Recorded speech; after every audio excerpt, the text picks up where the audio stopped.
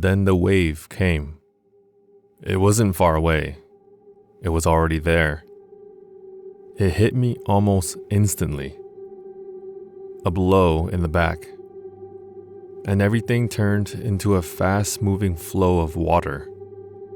Debris, parts of buildings, metal, glass. Everything moving extremely fast. It felt like my body was being cut, hit, and pulled in different directions at the same time.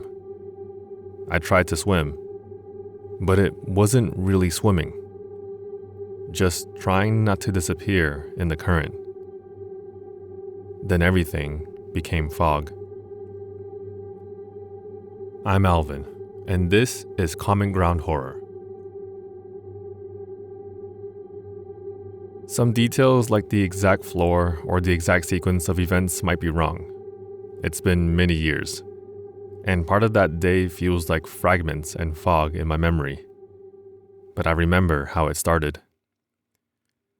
It was around 8 a.m.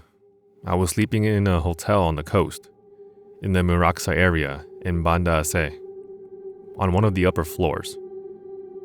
I woke up suddenly. First, there were screams, then strong shaking. Within seconds, the building was shaking so violently that it was clear it would not stop quickly.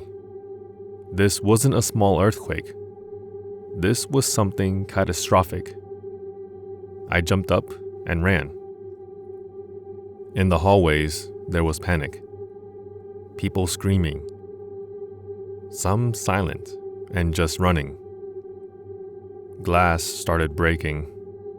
Concrete was falling in places. The walls were cracking. The floor was shifting beneath my feet. I ran down the stairs as fast as I could. Not thinking, just moving. At one point, I jumped over a flight of stairs. I didn't have time to take them step by step. I just jumped. And almost immediately after that, part of the structure collapsed, where I had just been. If I had been 1 second slower, I would have been buried. Outside was complete chaos. People were running in all directions. No one knew where to go.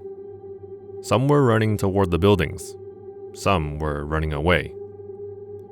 And some were just standing there, frozen. The ground was cracking, actual cracks opening in the pavement. And the building behind me, the hotel I just escaped from, was on the verge of collapse. I could see it swaying. I just kept running, away from the coast. I didn't know why at the time. I just knew I needed to get as far from the water as possible. At some point, there was an explosion. I saw a fuel truck, and the road turned into fire and debris. There was flame everywhere. Smoke was rising. People were screaming. I couldn't go that way. So I climbed over stalls, broken structures. I climbed over anything that was in my path, just trying to get to another street, trying to keep moving. Then I ended up on a narrow street, one that was smaller, a little bit quieter for the moment. I thought maybe I was safe. Maybe I'd gotten far enough. And at that moment, the wave came. It wasn't far away in the distance. It was already there, right behind me. I just didn't see it coming. I just felt it. A hard blow in the back, like being hit by a wall. And everything turned into a fast-moving flow of water. The water carried everything with it. Debris, parts of buildings, metal, glass, cars, pieces of roofs, signs. Everything was moving extremely fast, faster than anything I'd ever experienced. And I was in it. I was being carried, being thrown around. It felt like my body was being cut, hit, and pulled in different directions at the same time. There was sharp pain everywhere, from debris hitting me, from being slammed into things, from the sheer force of the water. I tried to swim, but it wasn't really swimming. You can't swim in that. There's no up or down. There's no control. The only thing you could do was try not to disappear in the current. I kept trying to keep my head above the water when I could, trying to grab onto anything I could reach. I grabbed onto signs, structures. I tried to even grab on debris, but almost nothing held. Everything was moving. Everything was being torn apart. My hands would find something solid, and a second later, it would be ripped away. Or I would be ripped away from it. I don't know how long I was in the water. It felt like hours. But it might have been minutes. Time stopped making sense. Then everything became fog. I don't remember what happened next. I don't know if I hit my head, or if I just lost consciousness from exhaustion, or from the injuries. Everything just stopped. I woke up later in a relief camp, after some time. I don't know how much time. I wasn't told exactly where I was found, or how long I was unconscious, or who found me. I just woke up, and I was there. I had injuries, my arms, legs, and my fingers. Most of my body was cut and bruised. My back was the worst part affected. Deep cuts, bruises, pain everywhere. Dust and dirt had gotten into my eyes. My vision was blurry. I could barely see. Everything hurt, but I was alive. The city was gone. When I later returned to that area, to where the hotel had been, where the streets had been, it was just an empty wasteland, as if it had never existed. Just debris, mud, water, destruction as far as you could see. Buildings that had been standing that morning were completely gone. Not damaged. Gone. Erased. I stayed there for about a month, not by choice, but there was nowhere to go. The roads were destroyed. Temporary routes were being cleared and built. People were just trying to survive and get out.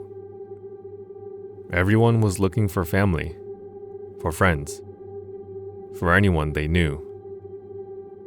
The relief camps were full.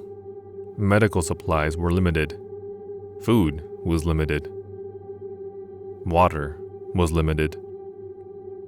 But people helped each other.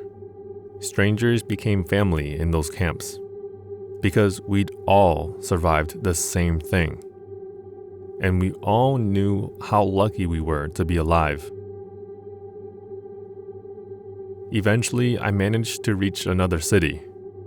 I don't remember all the details of that journey, just that it took days, traveling on damaged roads, on temporary routes, and in vehicles that barely worked. But I made it. I went to the embassy. I got temporary documents. My passport was gone. Everything I'd had with me was gone. But they helped me, and I was able to fly home. On the plane, for the first time in a long time, I felt relief. I felt happiness. Real happiness. Happiness that I had survived. That it was finally over. That I was going home. I looked out the window as we took off, and I saw the coast below. All the destruction. The empty spaces where cities used to be. And I thought about everyone who didn't make it. Everyone who was in that wave and didn't come out. Everyone who was in those buildings that collapsed. Everyone who ran in the wrong direction or couldn't run at all. I don't talk about this. This is very painful for me to share. I'm sharing it only once, and I do not plan to answer questions. I'm using a translator, so I apologize for any mistakes in language. But I want people to know what it was like, what it felt like to be there.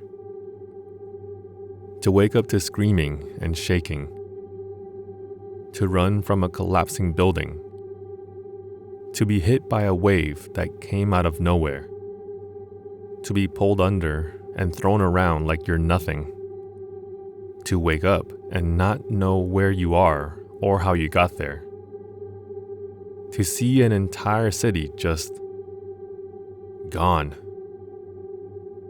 I survived the 2004 tsunami in Banda Aceh, one of the worst natural disasters in modern history.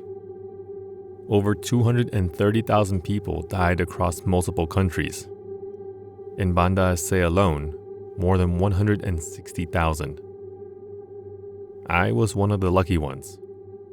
I got out. But I'll never forget that day. The screaming, the shaking, the wave, the chaos, the silence afterward, the empty wasteland where a city used to be. If you've never experienced something like that, I hope you never do. But if you ever feel the ground shake like that, if you're ever near the coast and the shaking doesn't stop, run. Run inland. Run to high ground. Don't wait to see if the wave is coming. Don't wait to see how bad it is. Just run. Because by the time you see the wave, it's already too late. I know. I was there.